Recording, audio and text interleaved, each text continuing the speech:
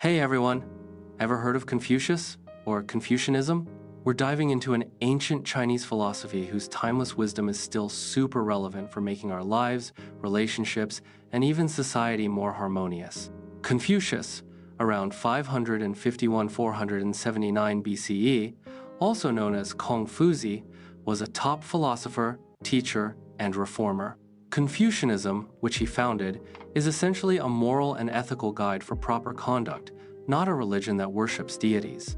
It emphasizes values like benevolence, truth, propriety, and wise leadership, aiming to inspire harmony in families and society. Confucius saw himself as a transmitter and not a creator, passing on ancient traditions. This adaptable nature is why Confucianism remains a timeless ethical guide, relevant for modern challenges. Its focus is pragmatic and human-centered, aiming to create an orderly and harmonious existence in this world. If you ever read the Analects, you'll get a pretty intimate look at Confucius himself. Book X, for instance, offers personal observations of how he carried himself as a thinker, teacher, and official. It paints a picture of him being simple and unassuming at home, almost as if he didn't quite trust himself to speak. But when it came to important rituals, he was meticulous, changing his clothes and even his seating arrangements.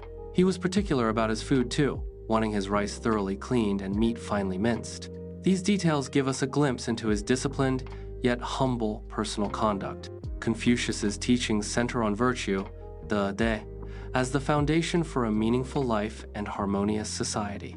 He emphasized 5 cardinal virtues: wuchang, ren, humanity, benevolence, universal love and care for others; yi, righteousness, justice, acting morally, not for personal gain; propriety, etiquette, proper manners and behavior for social harmony; zhi, zhi, wisdom, discerning right from wrong and making good decisions; shen, xin, integrity, trustworthiness, being honest and keeping promises. These virtues aren't just big, abstract ideas. They're meant to be lived out every single day. For example, being benevolent means treating people well, being serious in what you do, and staying loyal no matter where you are. It's about bringing dignity and respect into every interaction.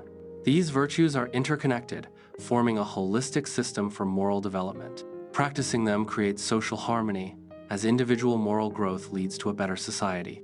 Confucianism is all about practical application in daily life to build moral individuals and harmonious societies. For Confucius, life's core is learning to be human, self-cultivation, the fundamental starting point for justice and peace. This continuous process aims to achieve the ideal of a junzi, noble, wise person, ethically developed individual with dignity and integrity. It begins with purifying the heart, because a heart filled with anger, fear, worry, or sadness won't be able to act correctly. This purification of the heart is crucial because, for Confucius, human nature, ren, is inherently good, but it needs to be nurtured. Our existence isn't just about us as separate individuals, it's always intertwined with others.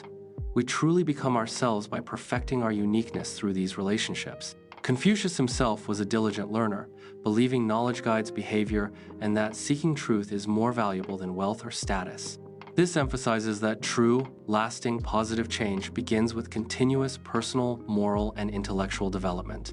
To help with this self-cultivation, Confucius believed in studying the classics and reflecting on their lessons. This process helps nourish our innate moral power, D. By studying and practicing the rules of propriety, we put ourselves on the path to moral maturity, gradually becoming fit to take our place in society. Education, in this view, is a lifelong journey of holistic character development, integrating knowledge with moral behavior and social responsibility. Confucius's teaching style was pretty unique too. He accepted students as they were, patiently guiding them through different stages to gain meaningful life experiences. He used methods like dialogue, question and answer, problem solving, and group discussions. Moral values were always woven into his lessons, combining learning, thinking, and practice.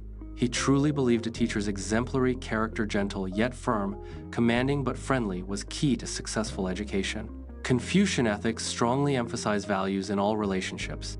The core lies in Wu Lun, 5 relationships: ruler, minister, father, son, husband, wife, older brother, younger brother, and friends. All are guided by virtues and accountability. Let's talk about filial piety for a moment. This isn't just about respecting your parents, it's seen as the very foundation of family ethics. It means children are devoted to parents and older siblings, wives to husbands, and so on. A strong family, built on affection and loyalty, is the bedrock of a good society. This teaching has profoundly shaped China's social and political landscape for centuries. The golden rule of Confucianism is key. What you do not wish done to yourself, do not do to others. This highlights that relationships, even hierarchical ones, are about mutual moral obligation and shared responsibility, not absolute power. Beyond the golden rule, Confucius also emphasized zhong, loyalty, honesty, and shu, reciprocity, forgiveness. Everyone is expected to do their best for others and for the tasks entrusted to them. It's about being loyal and forgiving, always striving for what's best for the collective. True self-fulfillment is achieved through active, ethical participation in the community, not in isolation. Confucianism aims for individuals to serve the state and society, envisioning a humanist government zhencheng based on morality, not just laws. Confucius believed that leading with virtue and propriety fosters a sense of shame and uprightness in people, unlike leading with policies and punishments. The concept of yi, righteousness, is super important here. It's about choosing the most appropriate attitude in tough situations, like upholding truth even if it means facing death. To practice yi, you need courage. While yi might seem to clash with ren, humanity, at first, they actually support each other. Yi demands the courage to declare right from wrong without abandoning humanity, while ren requires wisdom and tolerance in decision-making, all while staying firm on truth.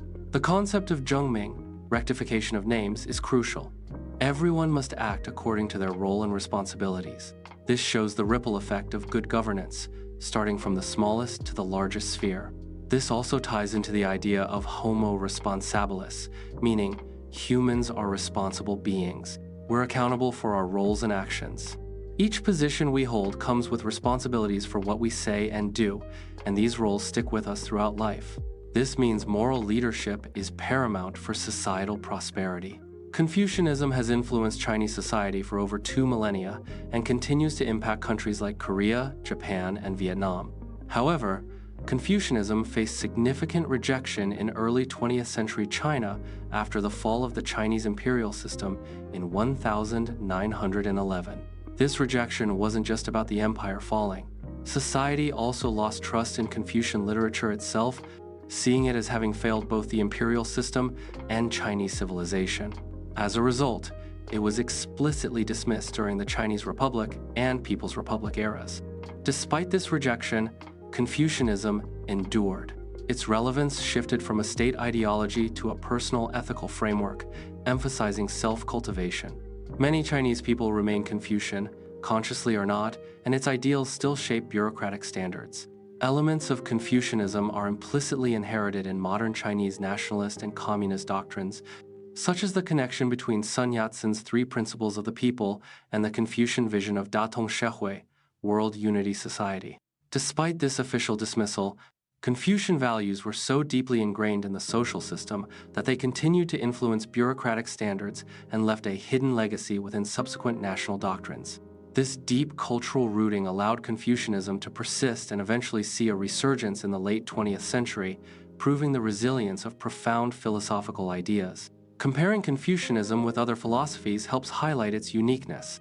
Compared to Taoism, Confucianism focuses on human morals and ethics in society, while Taoism emphasizes harmony with the universe through the concept of Tao.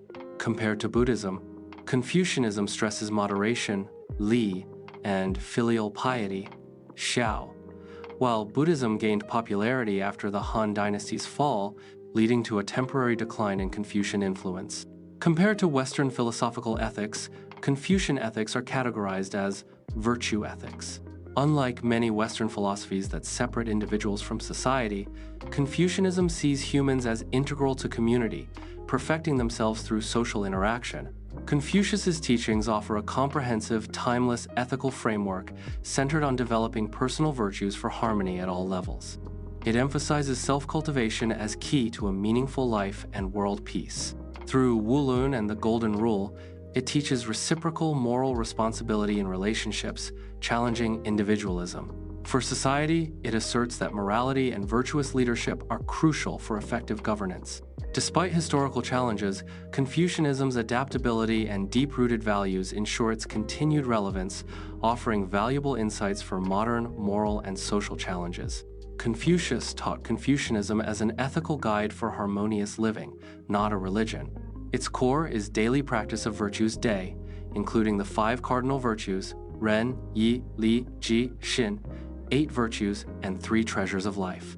Key lessons include self-cultivation to become a junzi, noble person, fostering human relationships through Wulun and the Golden Rule, and building social ethics and governance on morality, with leaders as virtuous role models.